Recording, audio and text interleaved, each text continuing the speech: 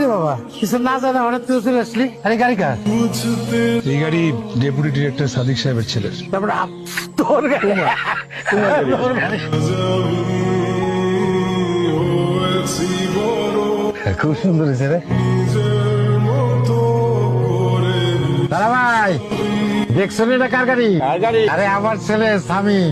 আমি যেটা পারি নাই সেটা আমার ছেলে করে দেখাইছে, বুঝছো? কেমন লাগছে তোমার? ভালো।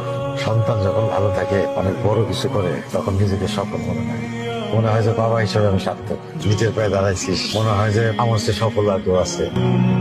আমি কখনো আমার বাবাকে জড়িয়ে ধরে চুমু খাইনি, আমার অনুভূতিগুলো প্রকাশ করিনি। আমি কখনো তাদের বলিনি আমি তাদের কতটা ভালোবাসি, গোপনে তাদের জন্য কতটা দোয়া করি। আমার একটাই চাওয়া, আমি যেন পূরণ করতে পারি তাদের সকল ইচ্ছে।